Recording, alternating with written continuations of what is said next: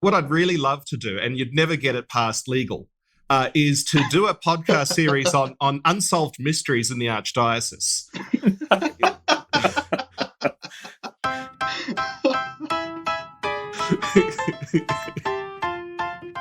Welcome to another episode of This Catholic Life. Conversations about life's ups and downs, big and small, how we deal with every situation imaginable, whatever life throws at us, but still manage to be sensible, practical, and joyful. Today's show is evangelization by memes, or let's just call it memes, or meme theology, perhaps, I don't know. One of those things, and of course, joining us to talk about this is the one and only Meme Bishop, as he's sometimes called. Is that the title for it, Bishop? Oh, well, you get all sorts of, Bishop of Twitter, internet. I don't know. I think it's just because I play on my phone a lot. Right. Twishop? Couldn't we say? Twishop? Now that's new. There you go, the Twishop episode. Here we are also with somebody who helps you, not just with memes, but with Truth in a Minute series of video, which have been successful with young people, I think, is Ben. Welcome, Ben. Hi, Peter. I don't know how much help I am with the memes for the bishop. I don't get half of them myself. I think meme theology is probably the closest I'll come to being a theologian. So. Except that Ben solemnly warned me, Bishop, that I wasn't to ask you to explain any of the memes. And if I may, I have a nephew who tells me you never explain a joke because it's like dissecting a frog. At the end of the process, you know a lot more about the frog, but the frog is absolutely dead. No, I think that's the whole point, though, is that is the mystique. It's esoteric. You know there's a meaning in there somewhere, but what on earth is that? And that's half the fun, though, I think, is does it actually say something or not? You know, so it's a left of suspense. Plus, there's the you do learn from the bishop's memes. So while I don't get half of them, I do have to go away and look them up before I can reply. So I am learning more and more about what we believe through meme. So there you go. So it's having some good effect. It works. Yeah, it works. Well, no, I was going to say that what I'd really love to do, and you'd never get it past legal, is to do a podcast series on unsolved mysteries in the Archdiocese. I'm not sure if legal would be the only ones protesting that particular thing. Let's set the scene here. I like to post memes and muck around with them, but Bishop, you seem to have made a practice of it, perhaps because of those few moments you get spare time, you get onto Twitter and have a wicked sense of humour. But is it 16,000 followers you've got, or has that gone up in COVID? No, well, that depends which format. So if it's Facebook, which I never post on, I've got 16,000. If it's Twitter, which I've sort of eased back from, it's over 10,000. And then the one that I spend most of my time with trying to post stuff on, that'll be about 5,000 for Instagram. Right, for Instagram, okay. So where you're trying, you're saying you're having less success. That's correct. Yeah, the more I let it leave it fallow, it sort of increases, you know. So right, there's a lesson in that for all of us, right? But it is the case that so the bishop's naturally a Twitter person. He sort of did that without trying. And Facebook as well, you do get a lot of people who just like and engagement's not necessarily as high. But on the Instagram, where he's been pushing, we're slowly starting to see some followers gathering. So I reckon, have this conversation again in a year and Instagram might be the top one. There you go. So what do you think, just to take a slightly serious note, what do you think the purpose of such things is? Why would a bishop engage himself with memes? Well, that's the key word, isn't it, though, engagement. So if you're really talking about getting people's attention, you can have the greatest message in the world. No one's going to hear it if they're not listening, or they don't even know that it's there. Well, it seems that we struggle to get people engaged in longer term things. This podcast has listened very carefully to our listeners. Even when you click off the podcast, we have a listen and we try and make it the length that you're likely to listen to because of what you do. We had trouble getting people to listen through an hour episode when we started, but I've noticed that videos on YouTube will quite frequently have people drop out after a very short time. And so a meme is about the right attention span for the younger generation, it seems. It's a one look, capture the whole thing in one glance, and then there's the message. Yeah, well, look, I have in front of me a Far Side cartoon. This is a little thing for each day. I remember many years ago when those first came out, I got one for Christmas. And unfortunately, I spent the rest of that day going through each and every day. And after about 100, you stop laughing. But Right. it was compelling. I had to see what's the next Far Side. Yeah, the Far Side's almost memes before memes existed sort of thing, because they're one-shot cartoons and somewhat esoteric. Let's come back to something Ben said earlier about the not knowing. In fact, sometimes memes work better when you don't fully understand it the first time because they draw you into the knowledge that's necessary for the joke. But explaining them doesn't necessarily help that. No, when you actually figure out what. So for the Bishop's memes, for example, when he'll send one through to me, and I have to go away and look something up. By the time I've figured out what he's getting at, it's not funny. But in terms of evangelization, I mean, he's succeeded. He's gotten me to learn something. Right. It's no longer funny. He's sitting there, grinning and chuckling like he is now. But I'm sort of, yep, that's a picture. So. Yep.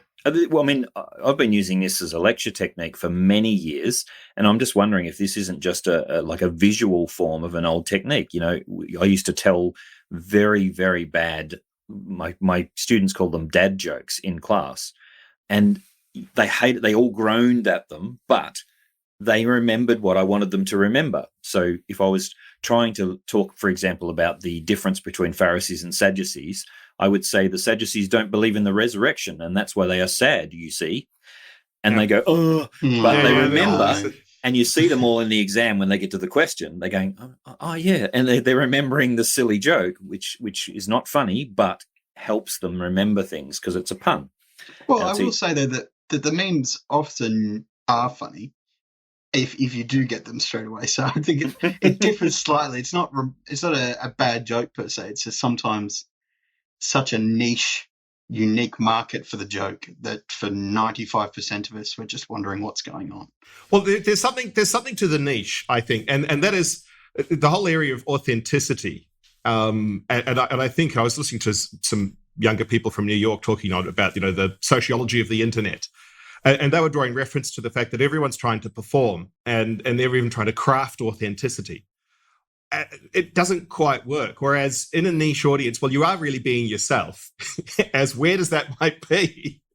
But that's kind of what engages people. And nobody doubts that you're the one doing the memes, Bishop. Yeah, I've had a few people when they find out that I work for them, they say, "Oh, do you help with these memes?" And I say, "Do you really think that I'm coming up with that? Like, you've met me, you've spoken to me now for 10 minutes. Do you think I'm on that wavelength?" So. There seems to be a unique crossover, though, because to understand the memes, you need to have at least some background in theology and quite likely in philosophy, and then some knowledge of pop culture, and these two things aren't known for crossing over very often. And so it does seem to appeal to a very much younger audience who are very much into the Marvel superheroes and the silly other pop culture references, which I have to say I'm into as well, but then have enough knowledge to actually get the pun. Is that audience growing, do you think? I think it's growing slightly, but I think just that's sort of probably why the Bishop and I work as well together as we do, particularly on the Truth in a Minute videos. The Bishop does he's well and truly in the meme game. He's not some sort of cringy uncle doing his best to keep up. But there's he's got the knowledge of the theology and the philosophy, and he's educating me while we're doing it. And then I bring that pop culture element. And there's been times where the two of us will sit there laughing at one of these videos, and one of the other people on the team will sit there going, why is that funny? And he and I are losing it. We can't explain it, because if you explain it, we would realize that it's probably not funny. But yeah, the frog is dead. The frog is dead. Yes, exactly. Yeah. But I think that group that you said, it is growing. People are starting to, everyone at my age and that young under 30s is in the pop culture realm. They get that sort of naturally, a lot of them. And it is expanding the amount of people who are getting the theology and the philosophy of it, whether they already knew that and we're just reaching them, or they're learning it through the memes. It's probably a combination of both, but it's definitely growing. How much of it is that if they see these memes flying around and they see it attached to something they like Batman or, I don't know, something, they they then think, this seems like a cool crowd. I want to be in the cool crowd. I want to understand what's going on here, and then draws them in. But curiosity is always a part of it. There's a journalist from the ABC I met who became a Catholic a couple of years ago. And I mean, I wouldn't recommend this to anybody, but the way he got into the faith was through 4chan. Okay, you're not allowed to say things like that while I'm having a quick sip of water on the side, my lord. Good grief. Sorry, hang on. Now we need to go back. 4chan, for those of you who don't know, is a rather raw part of the internet where lots and lots of crazy and often not so great things happen. Tell me how he got to faith through 4chan. There were a couple of trads being absolutely obnoxious. Excellent. Really? Surprise. But it kind of, I don't know, it sort of like got us, piqued his interest, and it led him on a journey to Thomas Aquinas. And when he read Thomas Aquinas on the virtues, he said, "Oh, well, this is the truth." And so then he read the Catechism, because he said, "Well, if they got this right, they must get the rest of it right," and then asked to be baptized. Yeah, just for our listeners, I got in trouble last time I made a joke at the expense of the trads. Most of the trads that I know are ordinary, good, salt-of-the-earth people getting on with their life. It just so happens that some of them have too much time on their hands and they spend it on the internet, and they tend to be the ones. Should I also put a disclaimer in, as I'm the one that made the joke? I feel like I'm going to make that line. It's like, no, I'm not racist. I've got black friends. I've got trad friends, and I make those jokes to them. Yeah. So I'm comfortable doing it. It's a fairly common thing, though, that the people who attack our podcast and me personally tend to be either radical atheists who don't represent my atheist friends, by the way. I have some excellent atheist friends, some of whom have been on this podcast, and also radical evangelicals who also don't represent my evangelical friends, and the trads who I don't think represent traditionalists. But speaking of representation, let's come back to the memes. Would you propose, Bishop, that these memes represent Catholic theology, or just are a provocateur of discussion? Well, I mean, for instance, though, I did a meme a few days ago of representing Lumen Gentium as a solution to, the search for the church. So someone sent me a meme of people in a boat looking for the whale, but it was right behind them. Right. And, now, I actually got a comment. Which I deleted and blocked, which called me a heretic. Oh, wow. And I sorry about that, Bishop. But I strongly suspect it's because as a Catholic bishop, I was endorsing the Second Vatican Council and a key document of that. Right. It helps to be a little bit not aggressive, but you do edgy, make fun of different groups, but you do it equally. Like we don't, we sort of, you have a little dig at the little odd bits of every group out there, and by doing that, you do engage people. Being indiscriminately offensive, perhaps. Yeah, that's how I would describe myself. Yeah.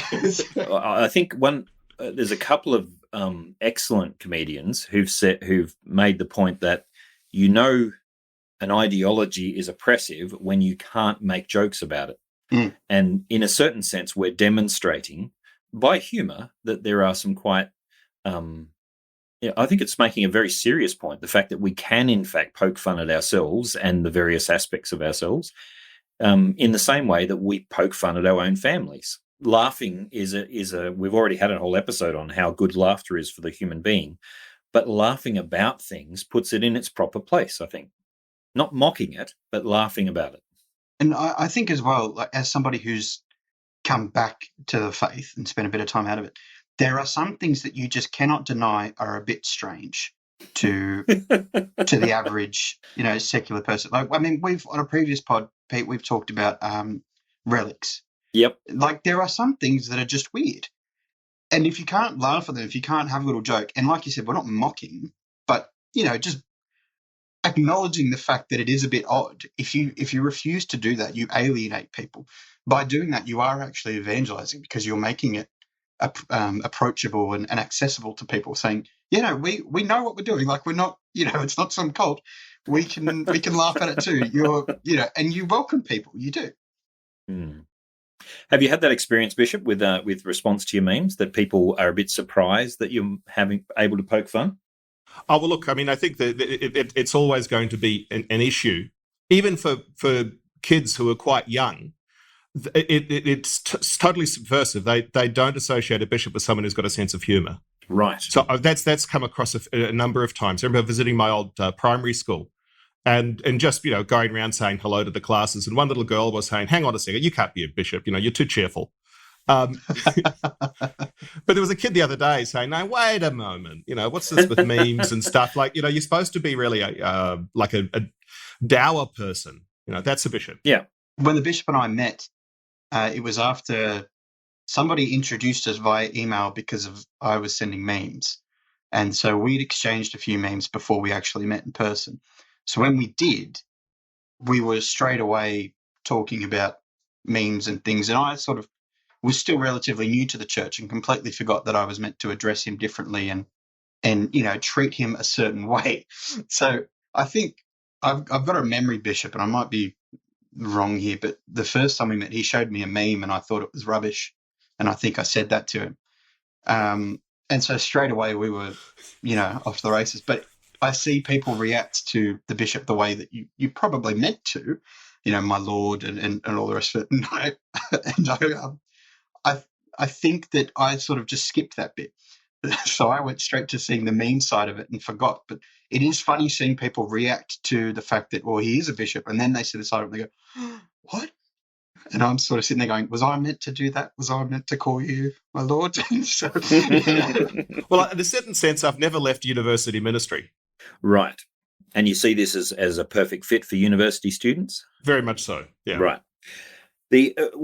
Just answering Ben's question there, I came into the church at 30, so I had to learn all of those mannerisms, and they're appropriate in the appropriate setting. But I've also, some of my best friends have entered seminary and come out priests and are now, in the diocese working around. And it's good to maintain a human contact with human beings, because that's, we're still dealing with human beings.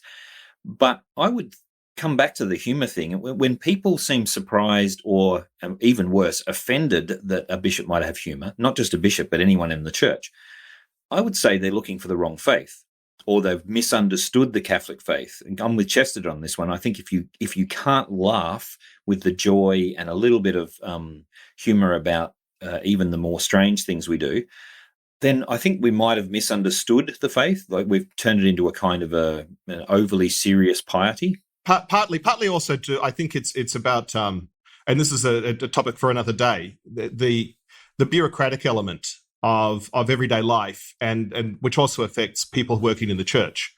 That what is considered to be serious, and people, the tone of voice, the nodding of the head. In the olden days, it used to be there was a certain shtick, in terms of how you wore your cassock and bowed with your, what's that hat, the Saturno or something like that. Yeah.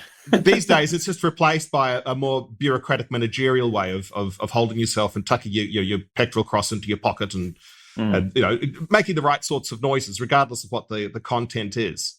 One of the funniest things I saw, my lord, was I attended a first mass after an ordination, and the young priest had insisted on having a full Latin mass as his first mass, and he'd insisted on everyone, like a large number of concelebrants, all wearing, is it berettas, the hat? Oh yes, the beretta, yeah. So they were all lined up on the side of the berettas, and he'd asked a friend to preach, and the friend didn't say anything, but he was quite wicked. And I was at that mass.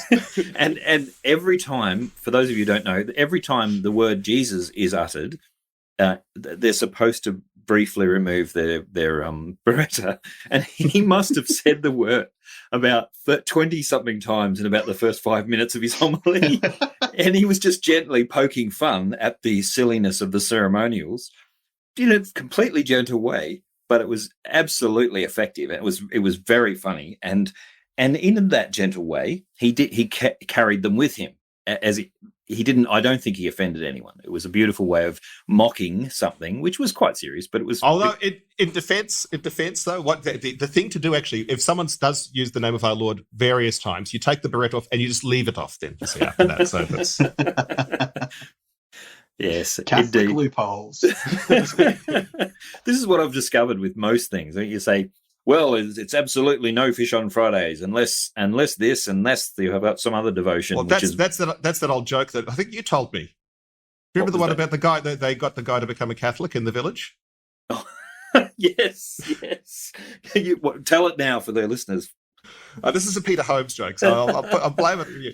But there's no theology behind this joke, by the way, either. So there's a Catholic village. There's only one fella's not Catholic, and every Good Friday he stokes up the barbecue, and everyone can smell this really juicy steak. And they go, "Oh, this is too much." So they work on him really hard, and they get him to become a Catholic. They take him to the priest. He gets to be baptized, and the priest splashes water on him, and he goes, "You were raised a pagan, born a pagan, raised a pagan, but I baptize you a Catholic." Like this. They go, "Fantastic." Anyway, and off he goes. So next Good Friday comes around, and people are sort of a bit more calm, and they realize, well, we'll make it through, we'll get through. And then they can smell the beautiful steak. They go, "What's going on?" They're all poking their heads over the fence and looking at him, and he's got the barbecue fired up, and he's going, "You bought a cow, raised a cow," and he splashes water on it, "but I baptize you a fish." Yes, indeed. Well, there's absolutely no theology to that joke. Well, anyway, let's not go there. We probably kill the joke if we try. That's it. The point is that you're engaging people, and people are in fact engaging, even when they get a little bit offended. It's a healthy thing. Gets their blood running, and also perhaps reminds them not to be so serious about things which are serious.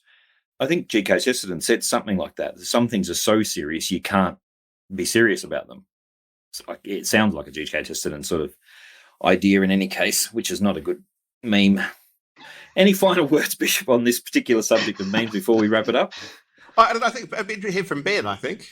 He's the consumer. Consumer, yes. Well, I will say this. We've had a number of conversations in the Bishop's office about what the next step is, and I've been adamant all along that whatever it is, it can't be to stop. I think, memes have been around, 10 years now. They're not going anywhere.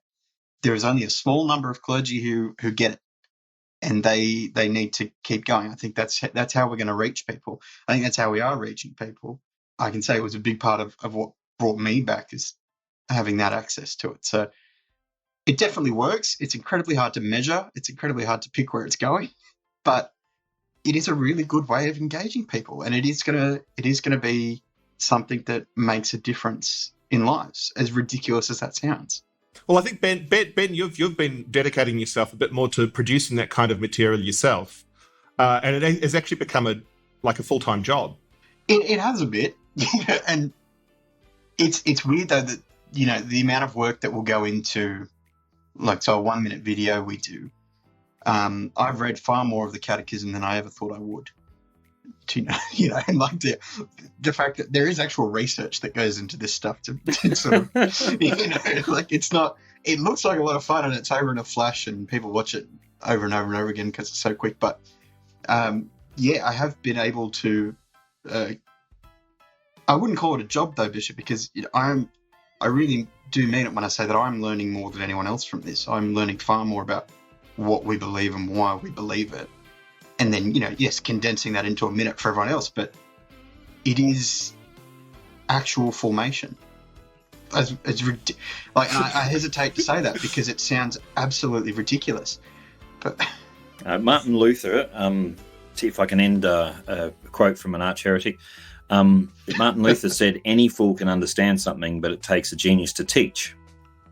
And finding ways to communicate with the common people, and by common he doesn't mean lower class, it means the ordinary person on the street who hasn't done a degree in theology, hasn't done a degree in philosophy or something, is in fact an important part of what we're trying to do. For those of you who are listening and want to check this out more, we'll put the link to the Bishop's Twitter and Instagram and what's the other one? Facebook account in our show notes. And you can check us out also on info@thiscatholiclife.com.au, on Twitter, Instagram, or Facebook, Discord for us as well. Remember, this is a uniquely Australian Catholic podcast, even though it goes all around the world, and the Bishop's memes do have a fair amount of success in the English-speaking world. I'd be interested to hear if you had any foreign language interaction or translations, but that's probably for another podcast. We'll be back next week, but that's all for now. Thank you for listening to This Catholic Life.